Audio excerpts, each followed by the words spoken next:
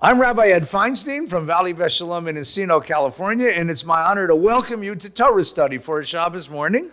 We're taping this on Wednesday evening, so if anything happens in the world the next 2 days, what could possibly happen, right? Just know that we're doing this on Wednesday evening, and we're doing it live at Valley Beth Shalom with my dear friend and teacher, Rabbi Mark Gelman of South Florida, and it's wonderful to be together. Oh, it's really wonderful to be together. Ed. And I want to say how really grateful I am, not just for your kindness from the very beginning. What is natural for you is completely unnatural for other rabbis. For example, this invitation to come and totally disrupt a fully functioning Torah class with the greatest rabbi in America who isn't retired, and that's you.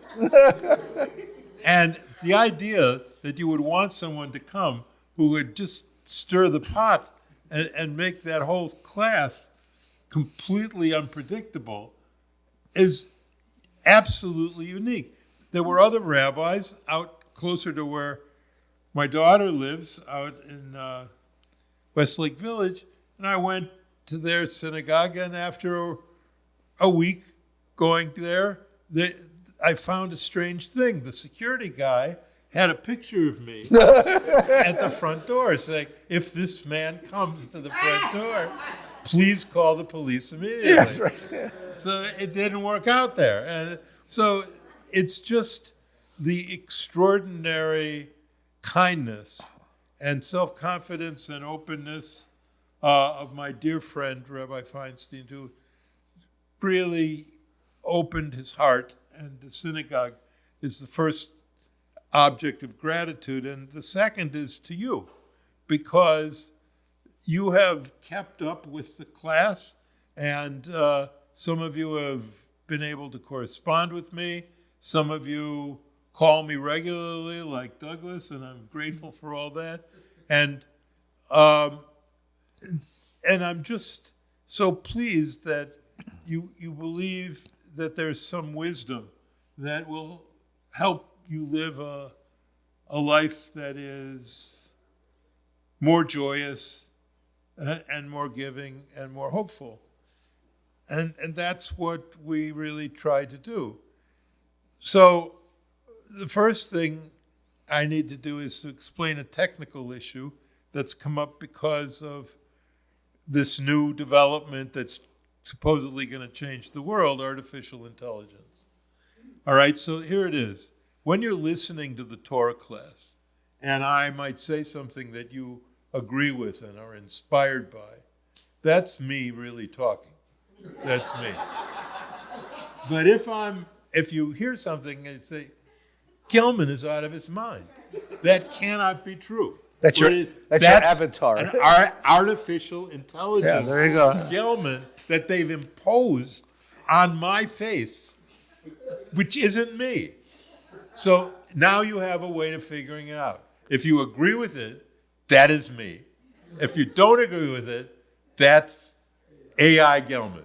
So that's Gelman, the other thing. Gelman GPT, right? The final thing is, when Betty, my wonderful wife, and I decided to come out and see our kids, and my wonderful sister Joanne and my niece Jessica, and come out to see them, I knew I would see you, and Ed was so kind to set up this face-to-face again, which just reminds me of a time that seems so long ago, when the room was ugly, and when we were together, and there was no plague, and there was no war.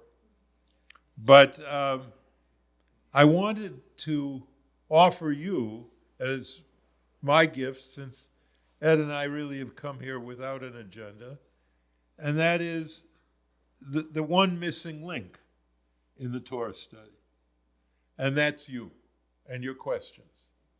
So I think tonight we would open the floor to any question you have for the two of us about anything we ever said, remembering that if it's something that's disturbing, it was not me. It was the AI Gelman. Fair enough. So whatever questions you have, we'd be happy to do that. We have some, we were originally going to do a dialogue about life after death, but I imagine we'll get to that. we may get to that, Yeah. but we'll see. So if it's okay with you, That's I fine. thought Yeah, Billy, you want to start? open it up. Oh yeah, pardon me, Bill. I know most of your names, but I've forgotten some of them. So please, when you ask your question, first, please honor us by starting with your name. Bill. Your name, your full name. Bill Kabacher. I have a burning question regarding the Zoom. How come there's one titled rabbi and the other is an untitled individual? You see, Zoom is a very prejudicial Man, I don't even know that. technical community. I'm Mark Gelman, and he's Rabbi Ed Feinstein. Oh, I don't. I'll have Yona fix that for you. I was going to say that Zoom doesn't recognize Reform rabbis. That's what I was going to say, but that's really not true. Don't get me angry. That's AI, right? No, it's just the way that we set it up, and so these days Rabbi's having some trouble with his Zoom. His Zoom got somehow for No, I don't know what's wrong. so my son has to sort of remotely fix it for him. So we'll figure it out. Other questions? Anyone have? This is your big chance. Otherwise, we'll just start talking and you'll never get home. That's right. So yeah. I'm Arthur Greenberg, and I have so much enjoyed.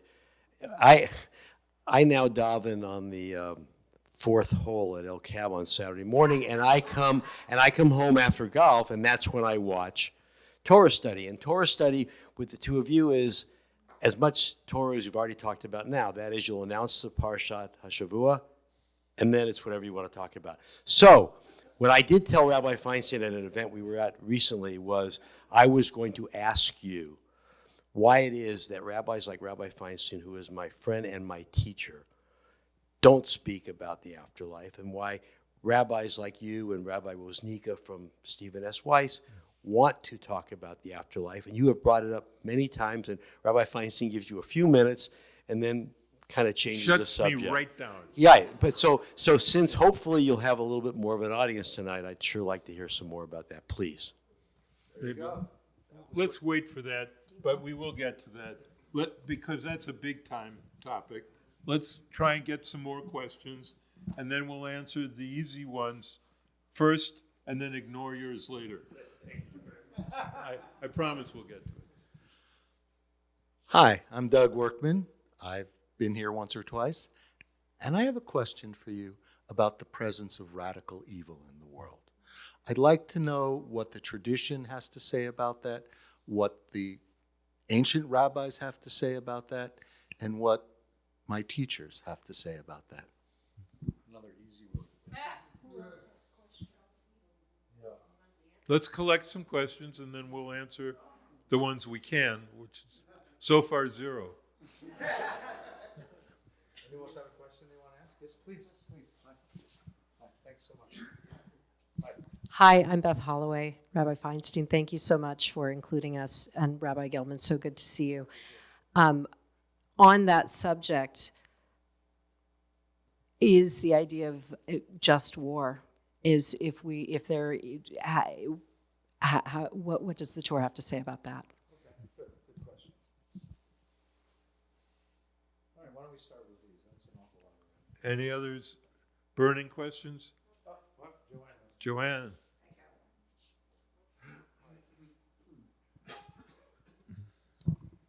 So I'm sure this is a question your family asks you.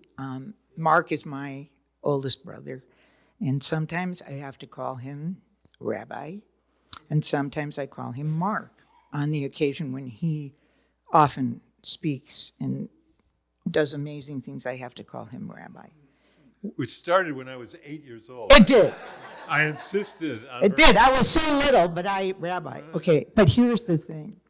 When your brother's a rabbi, first, if you tell anybody, they're like, did I say something, whatever. But when you call someone like Mark, and I'm Rabbi Mark or Rabbi Ed, and you say to them, please talk to me about what's happening in the world. And he was so sad, and so it's bad, and it's so, and I know he wasn't saying to me, okay, just give it up, because he wrote a wonderful column about sharing how we feel and giving people hugs and talking and dialoguing. And I think it's very hard for people, especially when they talk to a rabbi and say, please give me some words, because you may not even have these words. I know my brother. So that's a question. And I love you.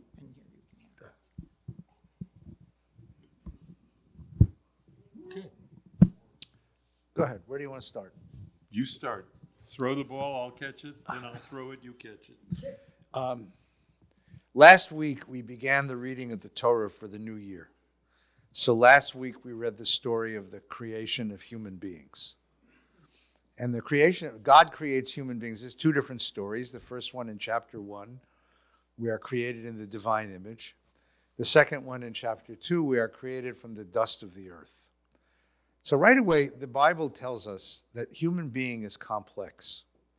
There is no such thing as human nature. There is human potential. But the potential goes in both directions. You can either grow closer to God, or you can grow closer to the schmutz of the earth, the dirt. You can grow either way. Human being is a variable quality.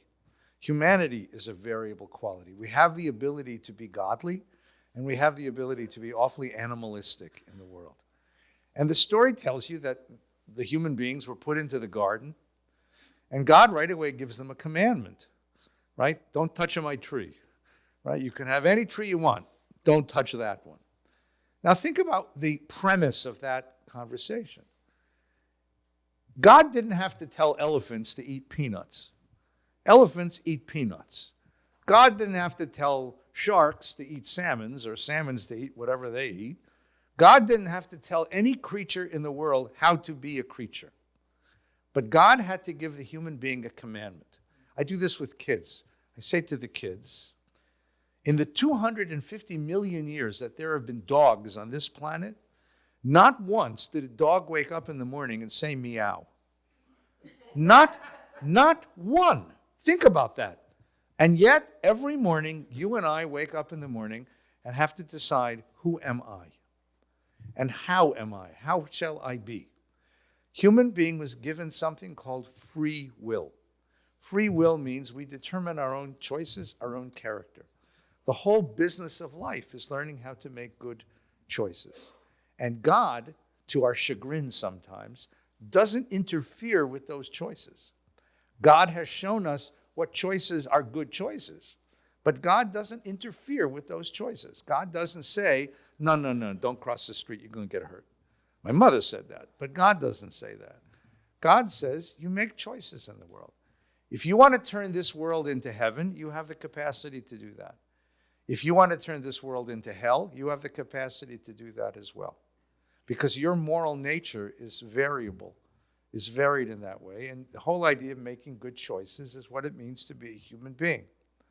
Radical evil comes into the world when human beings decide that when I see the other, I don't see a creature created in the image of God who has an inner life and an inner sense of preciousness the way I have for myself and for those I love. Instead, that person sees a human being and sees either an object to be used, an instrument to be used to achieve certain goals, or worse, an obstacle. Or worse even still, a projection of my own rage and pain in the world. And when human beings project upon each other their rage, their pain, their insecurities, and then destroy one another, particularly children, we feel the presence of something radical. A kind of evil which is unspeakable. And that's what we discovered. That's what we experienced this last week. Kind of unspeakable quality of evil. And what do you do then? I mean, so that's the theology of evil. I wish I wish that there was some button to push which keep human beings from doing that. But God didn't install that button. That God didn't install that button in a human being. Instead, we are all given the capacity, to create the Mayo Clinic or to create Auschwitz. Frankly, out of the same technologies, right? And so the question is, what choices shall we make and how shall we figure this out? And how much do we need to learn about our own psychological and sociological structures to try to stop, to inhibit those impulses which end up destroying the world and enhance those impulses which end up which leave us with a world that we want to live in. And that's the technology of Torah. What Torah is a technology for the improvement of human beings.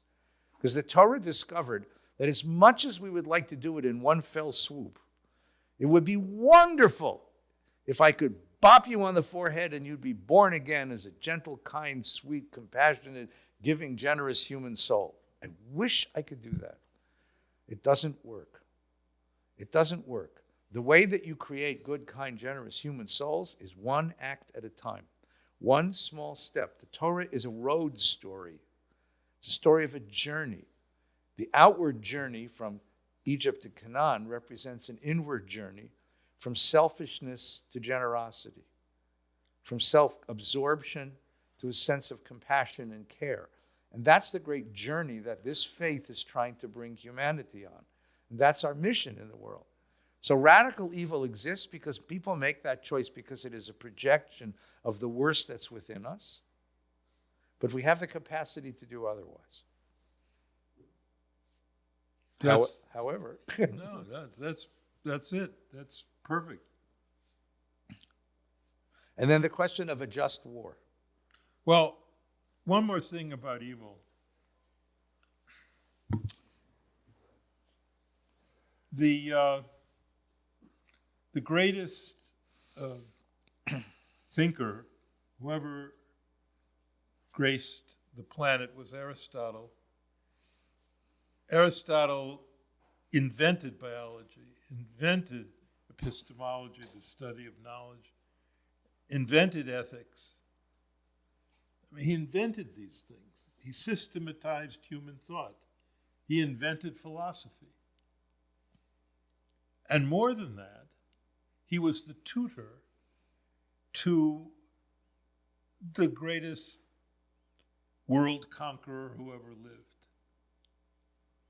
So Alexander the Great, who at 23 conquered the known world, brought with him on his conquests his tutor, Aristotle. And in the year 133 before the Common Era, they conquered what I will always call Eretz Yisrael. They conquered Israel. And at that time, there was a huge fight between two groups of people. One was a group called the Sadducees, and the other was a group called the Pharisees. The Sadducees were the upper classes, and they were the priestly classes. They were the ones who were the Kohanim and Leviim. They were the ones who, to say this simply, owned Judaism. They owned it, and what they owned was a system of animal sacrifices at various temples throughout the land.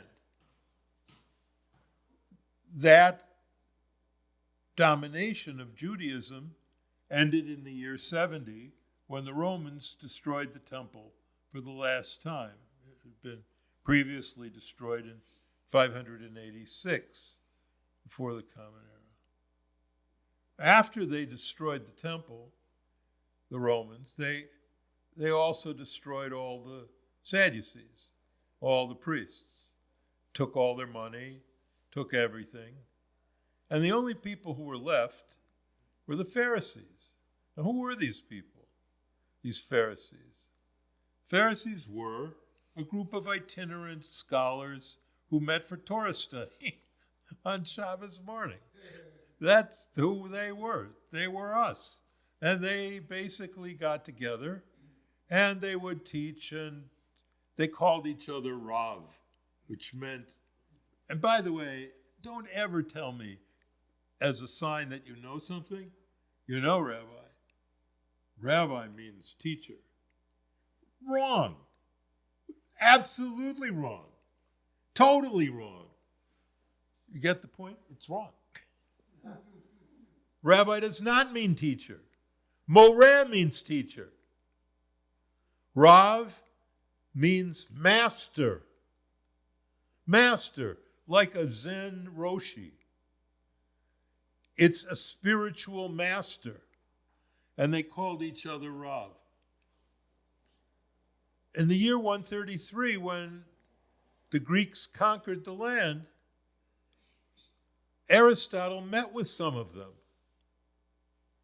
and sat them down, and he said, I would like to teach you about something called philosophy, and it has several branches, and one of them is ethics, and one of them is epistemology, and this is how the world looks, and it's 10 spheres all nested, and this is what the world is comprised of: 4 elements, earth, air, fire, and water.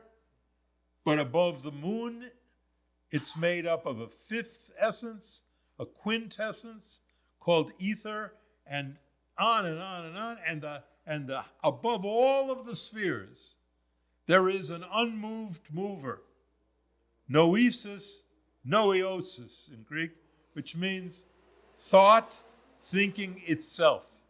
And that is God. And this God, who is above all the spheres of the universe, is completely immaterial. There's nothing about this God that has a material, substantive ethic. It's simply a thought. It's called in Greek an entelechy, which means a thought that can actually do things, move things, create things. And it said to these Pharisees, in addition to this principle of thought, which is the principle of actuality, it's completely realized, there is another principle in the world, and that is the principle of potentiality, which is matter. Matter can be anything, and it becomes what it is destined to be when thought imposes itself on matter, and the thought of, let's say, a horse imposes itself on horse goo, and out of that comes a horse. There were other philosophers like Plato who thought that there was actually a world of these forms. Aristotle didn't agree with that, and that difference is conveyed in a painting by Raphael, student of Michelangelo, called The School of Athens, in which Plato is depicted as a philosopher pointing to the world of forms, and Aristotle is pointing this way, that the form is within the matter. When Aristotle finished his lectures to the Pharisees about matter and form, they went home and they said, we can use this. We need this. And what we're going to do is we're going to give it Hebrew names. The principle of form, we're going to call neshama, by which we mean the soul that's within every human being, and which in God is pure. Neshama. And the principle of matter, we're going to call guf, body. And in the interaction between body and soul, which Rabbi Feinstein has perfectly described, the human destiny is worked out. Our body has certain urges. And those urges, like the urges of any animal, want to be fulfilled. But our formal nature, which is Homo sapiens, Aristotle's best phrase, is that we are rational beings. And so we think, well, if I kill this guy because I want to take his stuff, he'll just kill me. His family will come and kill me and my family. And then we'll have a war all the time. So maybe it's best if I learn to live with this guy. And then ethics gets produced. So because of Aristotle and because of the Pharisees, who became the rabbis, who wrote the Talmud, which is the Mishnah plus the Gemara, in the year 200 and 500, Judaism integrated Greek thought, and Judaism became Judaism. The Judaism before Aristotle was animal sacrifice from priests who inherited their position from their fathers. After Aristotle, Judaism was brisket, which was the other principle of Aristotle. For another time, I'll teach you. But the point of it is that Aristotle created, for the first time in Judaism, the idea that we have souls. Everything in the Torah has no idea of soul. The word nephesh, which is translated as soul, means life. It doesn't mean soul. So that's what happened to us. And that's how Aristotle described our moral struggle. Now, there is one element of Aristotle's teaching that's relevant to the war that is turning the world upside down right now. And that is Aristotle's notion of evil as privatio boni. That was his phrase in Greek. That's actually the Latin phrase of it, which is, for Aristotle, evil happens when people think they're doing the right thing, but they're stupid. And so they do the wrong thing, but they're really trying to do the right thing. Like you help an old lady across the street, but she didn't want to get across the street. So she hits you with the purse, you hit her, the police arrest you, you go to jail. It's all just a big mess. But you were trying to do the right thing. That's what he thought was the source of all evil. People trying to do the right thing and messing up. Frederick Copleston was a Jesuit priest who wrote a series of books on the history of philosophy. Very, very good series which is accessible to non-technical readers. And Copleston wrote an essay after doing this series, after the Holocaust. And he said, he was asked what lesson the Holocaust had taught him. He said, it taught me that Aristotle was wrong. That some evil is, in fact, the result of people trying to do the right thing, but messing up. But other evil is radical evil. And radical evil is when you know what you're about to do is terrible and wrong, and you do it anyway. Because there is nothing left inside you to restrain your animal instincts. People have said, you know, these people are just animals, and they say it with rage, and I happen to think it's the most precise and accurate description of who and what they are. They are animals who have not been able to allow any modification of their evil instincts by their rational instincts. And therefore, they are capable of beheading babies. They're capable of gassing millions of people. And so, what we learn from this war is what we could have learned from the Holocaust, but did not. And that is exactly what Rabbi Feinstein said, that what we are facing is an invasion of radical evil. And the Talmud, the Pharisees, the students of Aristotle, had an answer for this. And it was very direct and extremely powerful and absolutely true. Hashkem lahargacha, hashkem lahargo. If someone, this is in the sugya about the rodef. A rodef is a pursuer. And you're allowed to kill a pursuer.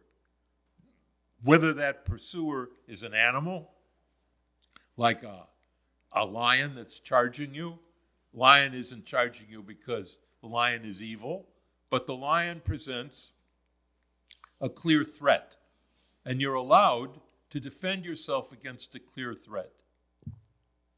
That's the law of the rodef. So they say, if someone arises in the morning to kill you, it is your obligation to arise earlier in that morning and kill him first. Now, that is not the Talmud that we teach to kindergarten kids, but that is the Talmud that speaks to our present circumstance. There are moments in the history of the world when radical evil, that is, evil which is not mistaken goodness, but evil which is conscious evil, intended evil, raises its head, and our obligation is to cut off its head. Now, it would be lovely if we had a tradition of nonviolence like Gandhi.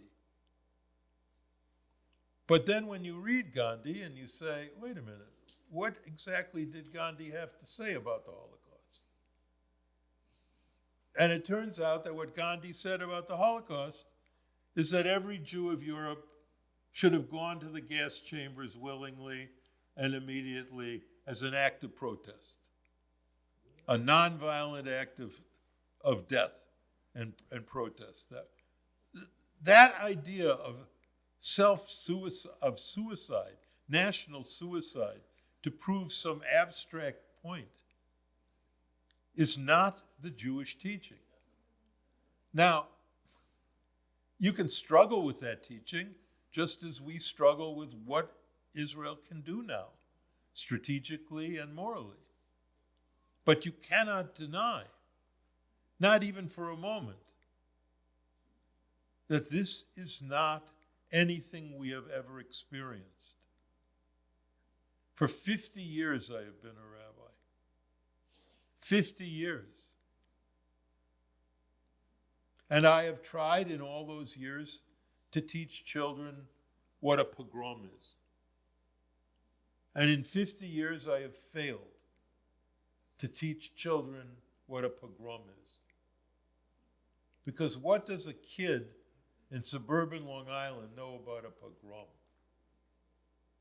What can they possibly draw from in their experience of summer camp and going out for Chinese food on Sunday? What can they possibly draw on that will help them understand a pogrom? Well, now you can teach what a pogrom is. Because what we are watching, what we watched And what we are continuing to watch is a pogrom. The first pogrom since the Holocaust. I always was uncomfortable with the slogan, never again. And I was uncomfortable because I didn't think the world would accept that kind of a slogan. It just seemed to me just that, a slogan. Because in the real world, there is no such thing as never. There is only again. So let me add just one more point. In 1961, the Israeli Secret Service located and arrested Adolf Eichmann in Argentina. Eichmann was the fourth or fifth ranking Nazi in the high command who organized the final solution. He was in charge of transportation. He was the guy that, while the war was being lost by the Nazis, managed to kill 440,000 Hungarian Jews. So they found him in Argentina hiding, and they kidnapped him, and they brought him back to Jerusalem, and they put him on trial. And the New Yorker magazine sent the German philosopher Hannah Arendt to Jerusalem to cover the trial. And Arendt got permission to interview Eichmann. And she interviews Eichmann, and she writes a very controversial, first it was an article, and then it was a book. It was very controversial. The book, if you haven't seen it, is called Eichmann in Jerusalem, and the subtitle is The Banality of Evil. And this is what she argued. It can be argued that she's wrong, but it's an interesting thesis, nonetheless, apropos of this conversation. So Adolf Eichmann, number one, is not an evil genius, right? This is not some evil kind of genius cartoon character. It's not a Marvel movie villain. Nor is Adolf Eichmann a madman. He's as sane as anybody. In fact, Adolf Eichmann is so ordinary. He is so ordinary. He's an ordinary, run-of-the-mill, dime store bureaucrat. He got up every morning, ate the same thing for breakfast, took the same bus to work, sat in his office killing Jews, at the end of the day, clocked out, comes home, right, plays with his dog, talks with his kids, listens to the news on the radio, reads the paper, eats a supper, and goes to bed. Has Jewish friends. Eichmann protested that he had Jewish friends. He was an anti-Semite. This is just what he did for a living. And it never occurred to him, moving around these things on charts and things on tables, that he was actually murdering anybody. Now, there are a lot of people argued with that. But the caveat that we add to this question of radical evil is that what Hannah Arendt was arguing was that anyone is capable of this. You don't have to be a special quality person to be a Nazi, because you can create a social structure and a collective narrative that can turn even ordinary people into horrible killers. You just have to know how to do it, right? Now, I can't tell you what it takes to turn an ordinary Palestinian child into a person who's willing to kill babies. But what he suggested is it's not genetic. No one's evil genetically. And no one's evil. I mean, I suppose there are sociopaths and psychopaths in the world. There are Jeffrey Dahmers and Ted Kaczynskis in the world, right? But basically what Hannah Arendt argued is that a certain social structure can create moral monsters. And that's the scariest thought of all. So that we have to be, and the quality that Eichmann was missing was that quality of self-inspection, self-reflection, introspection, asking myself the question, am I doing the right thing? Am I doing the right thing? So that's also something that a religious faith overlays on human behavior, is a self-inspection, a self-corrective, reflective voice. Otherwise, you create people who commit these heinous acts because that's what everyone else is doing. because that's what the social structure expects of me, because that's what the narrative informs my behavior to do. And that becomes another piece of this question of how radical evil happens in the world. That was a bummer for an afternoon, yeah. Mark, go ahead. How do you handle peers that are Jewish and blame Israel? All right, that's a question we were talking over dinner. How do you handle peers who are Jewish who blame Israel for all of this? We will confess. Go ahead. One thing I have said, that it's in 1973, Sadat and the Arabs attacked Israel. Right. 4 years later, he was asked by Barbara Walters, and he said to Barbara Walters, I would like to pray in the Al-Aqsa Mosque. And right away she went to Menachem Begin. He says, if Sadat wants to pray in the mosque, he can come over and pray in the mosque. And with that, there was peace. It just takes one side, but they don't. Well, so the first question is a better question. Will anything good come of this? Is that what you're suggesting? That I couldn't tell you. There have been some people who can see at the end of this terrible, terrible, terrible darkness, perhaps a resolution that might bring some measure of peace to the community. But right now we are sitting Shiva. We are a community in deep, deep mourning, and that hurts. It's too early to even talk that way. The report was that when Biden met with Netanyahu, one of Biden's questions was, what's your end game? And Netanyahu's answer is, we haven't got that far yet. The community is still too shaken. Now, I hope that they're talking that way, because the reason why you have generals run wars and not rabbis is you want war to be done with, first of all, surgically, so you destroy as few lives as possible, but most of all because you want to accomplish something. You're not having a war just to vent your rage, right? You're having a war because there's some political end or some diplomatic end that you're trying to get to. Rooting out Hamas, that's a strategic goal. Replacing it with a different kind of government in Gaza, that's the question. And if you don't have Hamas governing Gaza, who does govern Gaza? And that's a question that I've been reading. Tom Friedman and Bret Stephens and all the guys on the Times of Israel, David Horowitz and the others, my friends at the Hartman Institute, and I haven't seen anybody answer that yet. There are some proposals sort of floating there, but I haven't seen the answer quite yet. Now the harder question is, not just, there's Jews who have said this is Israel's fault, it's all Israel. There are others as well. There was this very heinous letter that was published by student organizations at Harvard that's received a lot of press, and there's others as well who've said this is, Israel's fault. It's a very painful thing to hear. Because you can say. So I think last night I met with the teenagers here, and I said to the teenagers, I think we have to separate two different questions.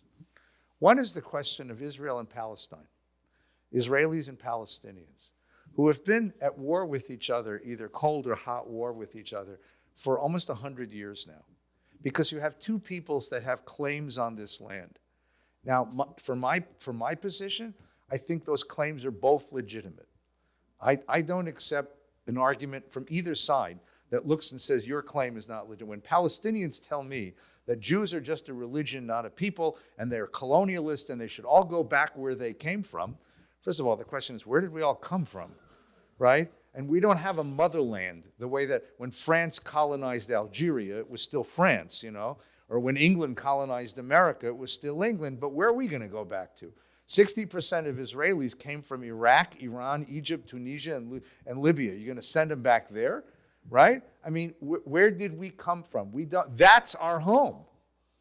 So don't delegitimize the national aspirations of the Jewish people. On the other hand, don't delegitimize the national aspiration of Palestinians.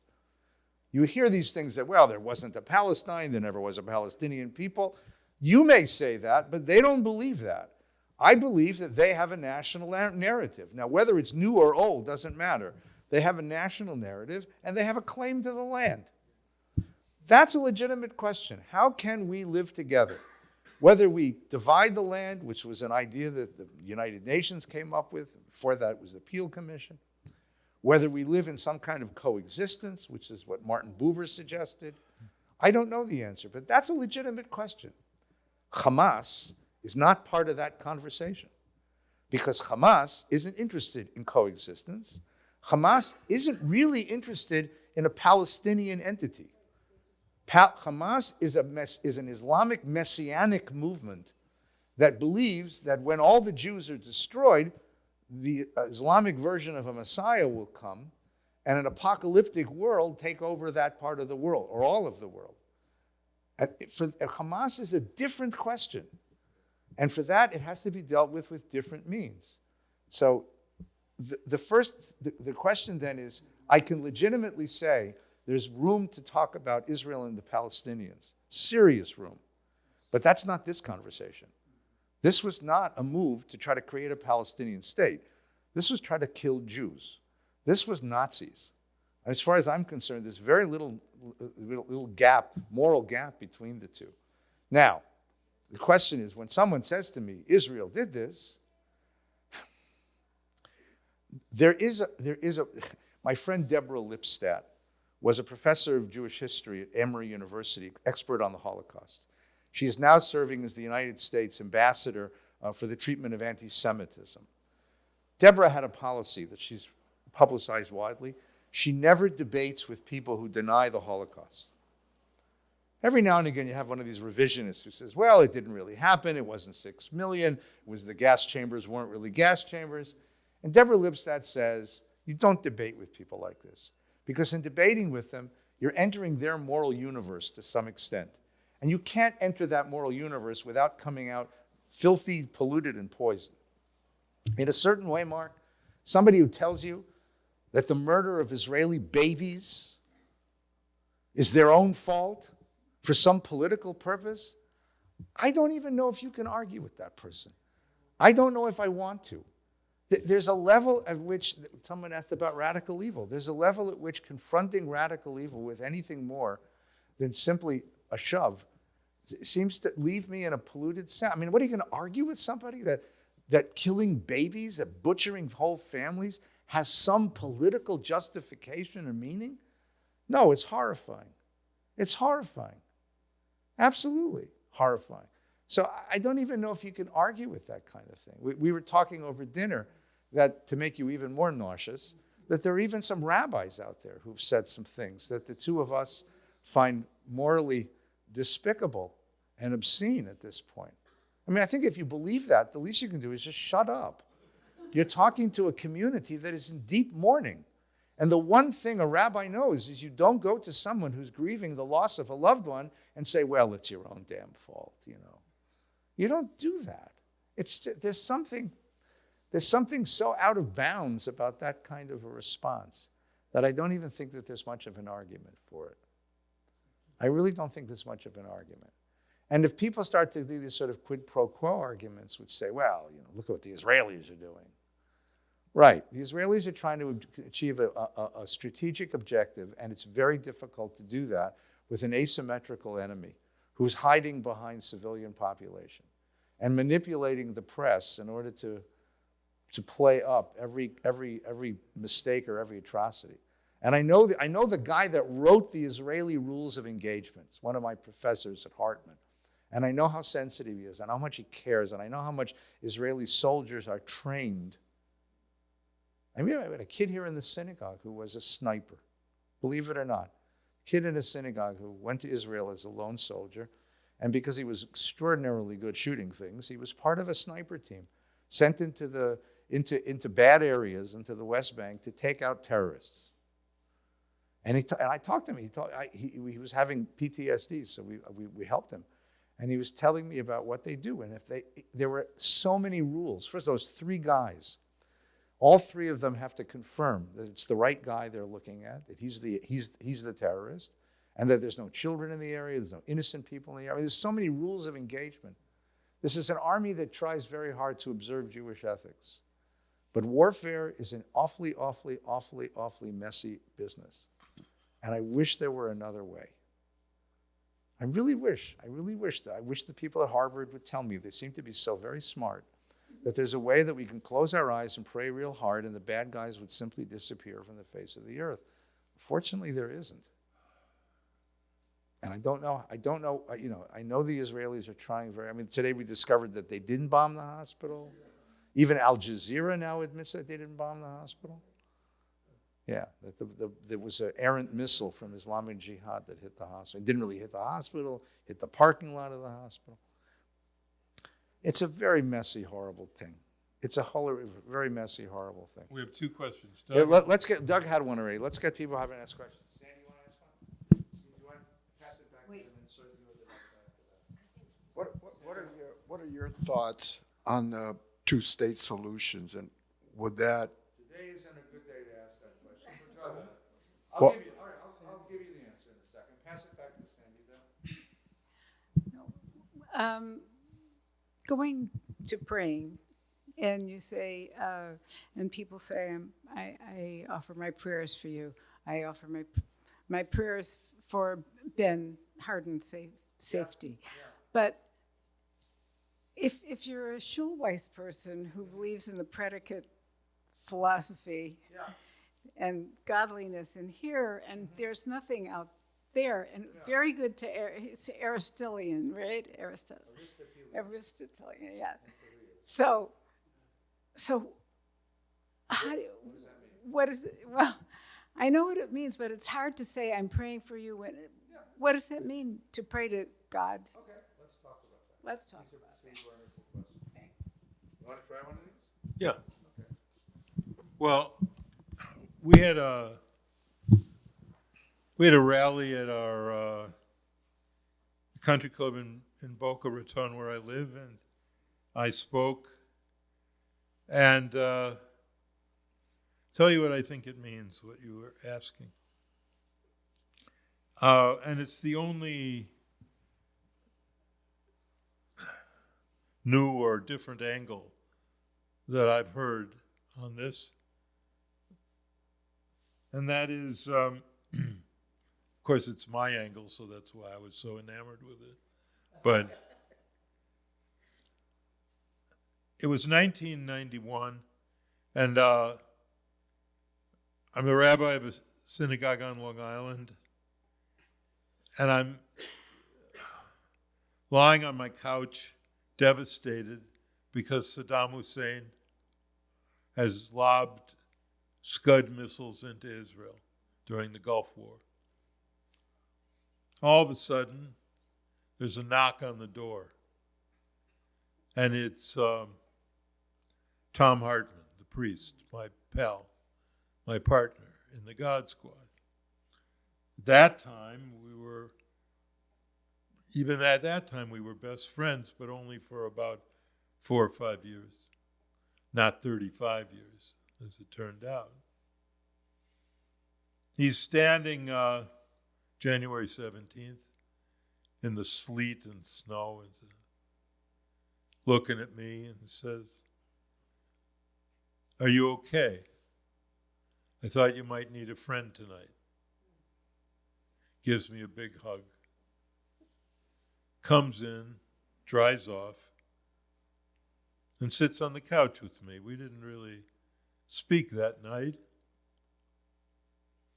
Just knowing that he was sitting next to me was an immense comfort.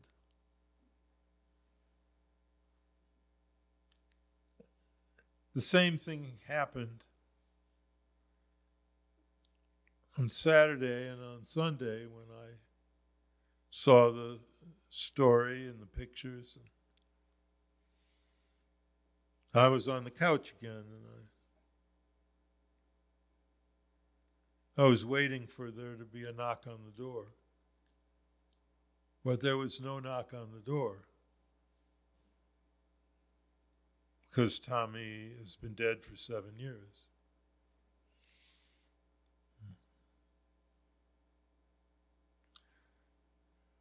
So what I realized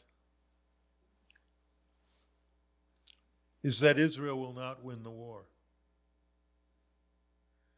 In fact, what I realized was that Israel cannot win the war unless there's someone at the door who is not Jewish and who's willing to hug you and whisper in your ear, "Are you okay?" And I thought you might need a friend tonight.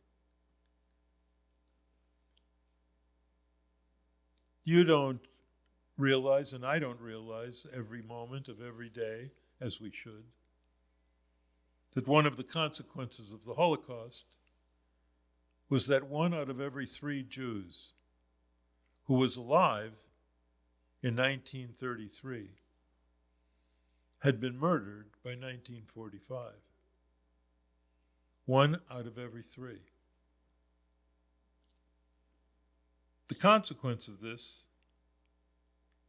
is that we live in a world of 9 billion people in which there's basically Valley Beth Shalom and a few of my friends. So the notion that we should, in any way at all, establish this fight as a fight for the survival of Israel, which everyone seems completely comfortable doing, except for me, because I remember Tommy. And I remember my dad in World War II. And I remember how he introduced me to a man named Leo Kamik, Polish fellow in Milwaukee, where I grew up. And Leo said, "You know, your dad changed my life. We were in a foxhole in Europe, in France together, and he grabbed me and pulled me down just before a bomb hit. It would have killed me. So your father saved my life. And we've been friends ever since, because we both from Milwaukee." He said, "What you don't know is that I grew up in a home where we were taught to hate Jews. It's a Polish house, and we were taught to hate Jews because Jews killed Jesus. But after your father saved my life, I never could hate a Jew again." Tommy Hartman grew up in a Catholic ghetto on Long Island, and he became the best friend of a rabbi. Changed his life, and it changed my life too. And the way it changed it is, we have to make this a fight for what it really is: the survival of Western civilization.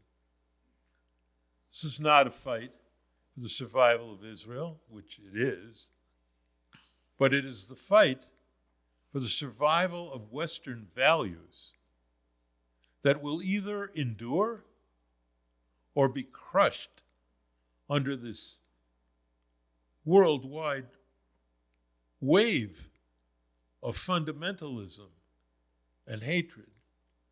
And the only way that war can be won is if people who are not Jewish decide that they will be a part of the war as well. Now, you know, I write a column every week, syndicated by Tribune.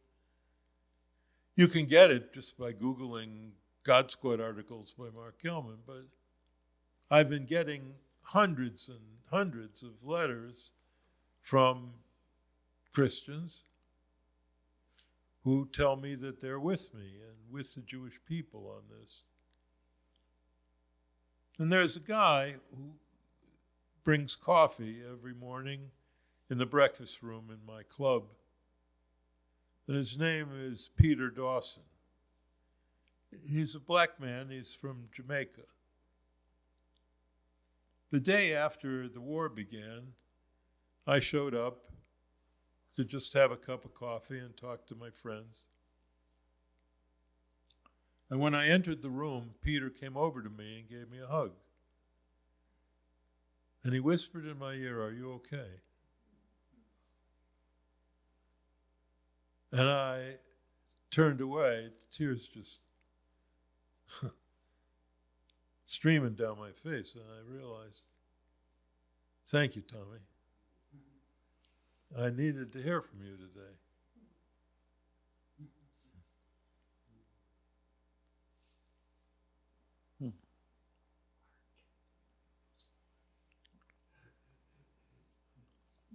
No, I'm good. I'd like some Chardonnay. Would that be okay? Is it out there? I'll get it. Yeah. I'll address these questions. Then we should talk about life after death because it's getting late. My friend, I have a very dear friend who's a scholar of the Middle East who I admire greatly and learn with every summer, Yossi Klein Halevi. He writes in all the major newspapers and has a new one today in Times of Israel. Yossi's answer to your question about two-state solution, he says, my biggest fear is that we won't get to see the creation of a Palestinian state. And my second biggest fear is that we will see the creation of a Palestinian state. And I know that sounds really elusive, and I don't mean to be elusive. I think he's exactly right.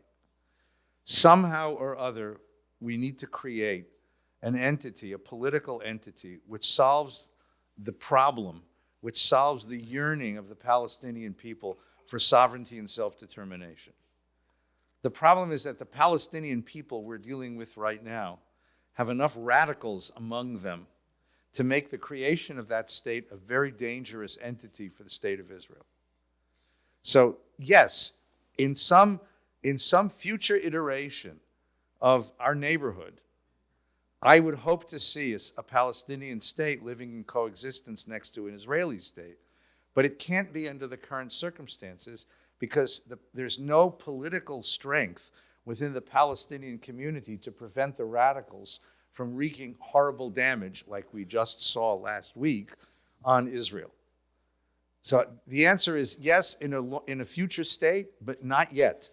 Not till we see the earnest development of a strong political class within the Palestinian community. Will we ever see that? I don't know. Will the Israeli government see that as a goal? I hope that they do, right? That's how I see the Middle East. That's how I see the future of that neighborhood. And as long as you're talking about prayer, I think I've said this many times before, don't go to Maui. Because you'll do what I did. You'll climb Maui Mountain, and you'll see the beautiful blue sea, and the white sand beaches, and the gorgeous, passive, sweet people, and you'll raise your eyes toward heaven, and you'll say, Rabbi Shalom, Master of the world, you knew about this place? And you put us where? In the worst neighborhood in the world? Would it have been so difficult after 40 years and crossing a sea, you would have put us here? And there could have been Oahu and Lanai and Kauai and Maui and the Jewish island of Alavai. And we wouldn't have had to fight these crazy people, and we wouldn't have had to have these arguments. And wouldn't that have been better, Rabbi Shalom? And God just laughed at me. So that's how I see the future of the Middle East in some very schematic form. And Sandy, the answer to your question is what Mark just said so beautifully. They know, somehow or other you know when someone is praying for you. Somehow you know. I don't know exactly how it works. I don't know the metaphysics of this. When I was sick some years ago and friends of mine prayed for me, it gave me a sense that my life mattered to somebody and it was worth fighting for. And I'm told by my kids in Israel, and I have a lot of kids in Israel right now, that it matters to them, that they don't feel alone, that they know that we're here thinking of them, worried about them, praying for them, and that it matters. It feels different. I don't think it changes the trajectory of bullets and planes and bombs, but I do think that it changes the trajectory of hearts and enables them to strengthen. When we pray for someone who's sick, we say, Rifuat nefesh, Rifuat haguf. We pray for the healing of body and the healing of soul. Well, in terms of caring for body, I trust the commanders in the Israeli army. But in terms of strengthening that kid's soul, especially as he straps on a flak jacket and picks up a weapon and crosses an international border to go do something that he needs to do, I want him to know that I'm thinking about him. And that's what I think prayer does. I really believe that. I really do believe that. We're almost out of time. Yeah. And we advertised the topic, which we have successfully evaded the whole night through. So let's do this. Yeah, the red light's still on, so we can do one more thing. We haven't talked about the Parsha either, but that's okay. Rabbi Gelman, among the rabbis of the world, as Arthur pointed out, is one of the very few who believes very fervently that we need to bring back to Jewish life. And back is the word, because it was once a very strong tenet of Jewish faith, a strong faith in the notion of an afterlife. So take a moment and give us that word. Yeah. Well, that's what we thought we were going to talk about until the world turned upside down. Don't read the whole thing, because I No, want to have I'm not reading anything. I want to have breakfast. Well, it's the Schulweisian move. I know that.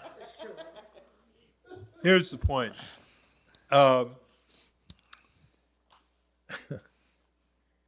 The only reason that people are religious is because of the fear of death. That's what Plato thought, and that's what I think, except there's another reason, and Ed has been very good in teaching me that and reminding me of it, and that is love of the Jewish people.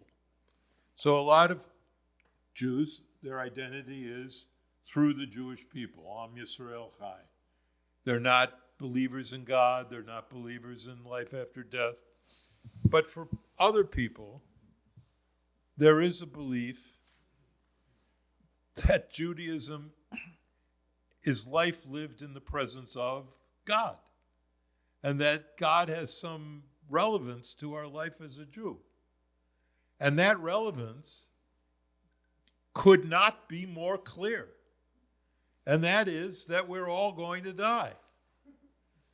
And that our death is a matter of fairly major concern to anyone who thinks about it. And Judaism, because of this connection to Aristotle and the idea of body and soul, got the idea, well, if your soul is immaterial, it's not going to die when your body dies. Only your body dies because it's material. It goes back to the earth. We know that. But the soul does not go back to the earth because it's not made of the earth. It's made of whatever this essence is of God. That's what being made in the image of God is. We have that piece of God in us called the neshama. So then the question is, what happens when you die? The answer is your neshama goes to a place called the Olam Haba, the world to come. And there's a variety of teachings about it in Avot and other places that basically 1 hour of joy in the world to come is equal to all the joy that we have in this world. Another teaching is this world is like a prostor, like an antechamber, a foyer, and the world to come is like a home. And the most famous of all of the teachings happens at the most important blessing we ever say, which is the blessing over the Torah. One of the consequences of Jews not knowing Hebrew, which means that we say things we don't know what they mean, but we say them, is that we do brachas after the Torah, that you have given us a Torah emet, a Torah of truth, v'chayei olam natah b'tochenu, and who has implanted within us eternal life. Every single aliyah to the Torah ends that way. We affirm that we were made and that God has implanted within us eternal life. The rabbis even talk about what does it mean, natah b'tochenu? Why not just natan? Why not just give us?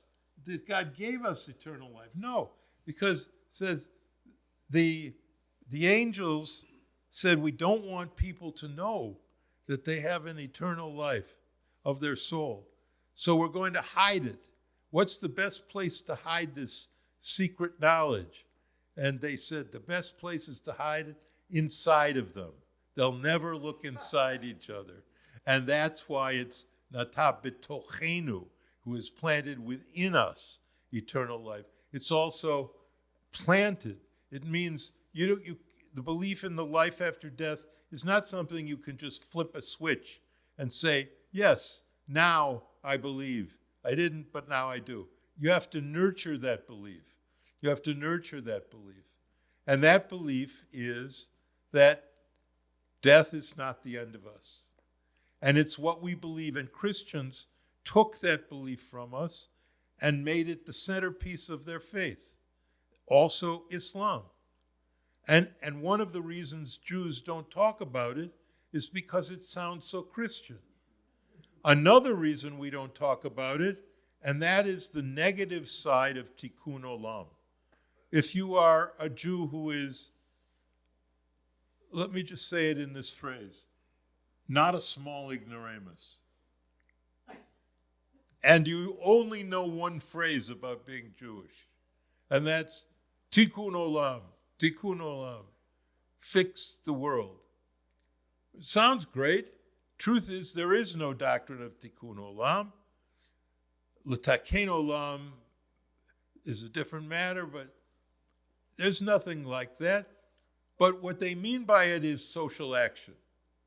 And what they mean by social action is essentially political activism in conformity with a certain political party.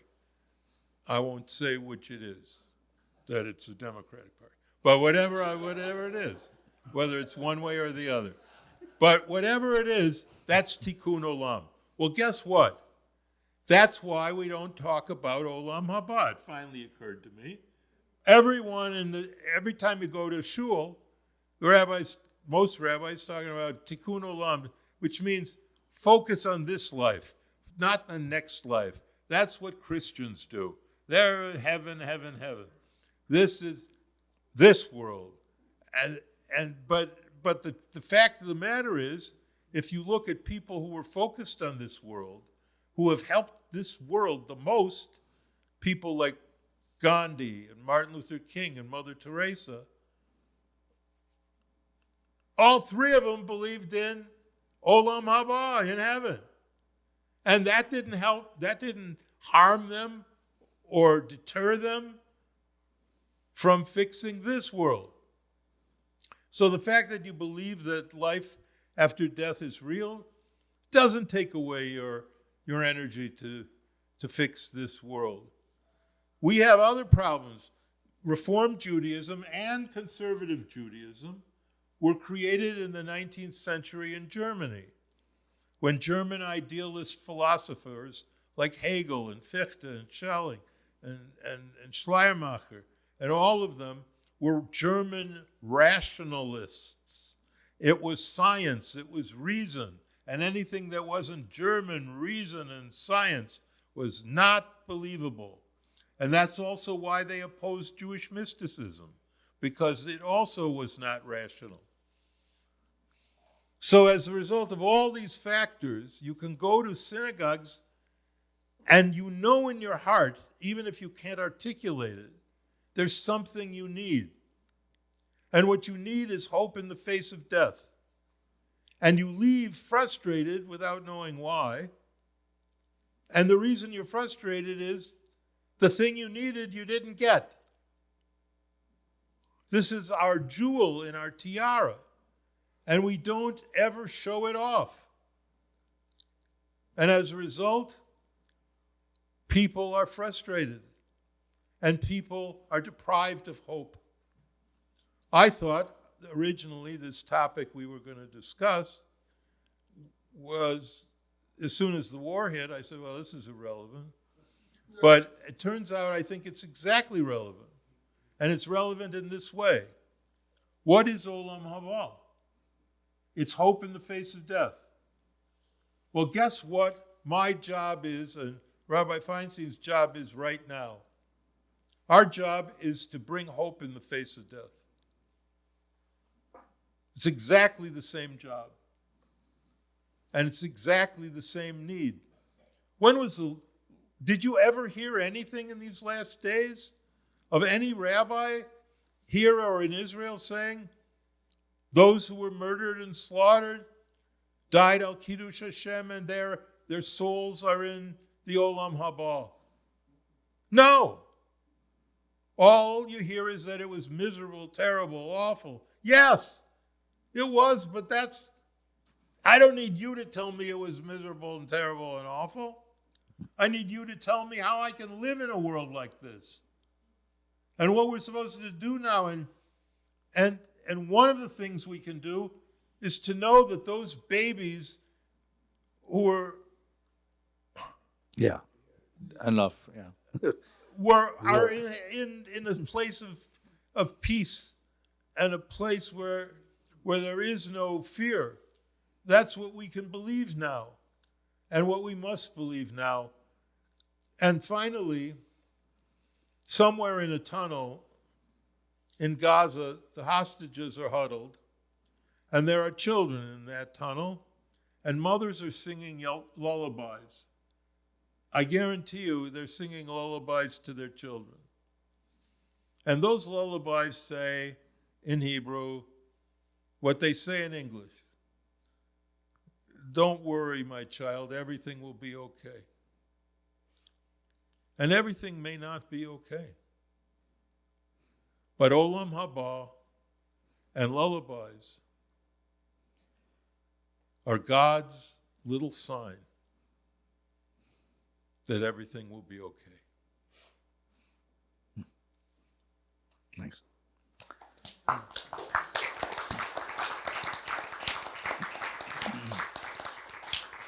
So somehow Providence got you fired from from New York, sent to California, and sent to Jerry's Deli to share soup with me. And I'm grateful for that, Providence, and hope we get to do this again. We either do it online or in person. So thank you all for sharing this evening for us. Thank you all. Really very sweet. And If I ever get Thank back you on to- Zoom, I'll see you online. thank you to everyone who's been watching. I wish you a good week and a good Shabbos. And thank you all. And take good care and stay safe. Please Thank you. stay Thank safe. you very much. Stay well, everyone.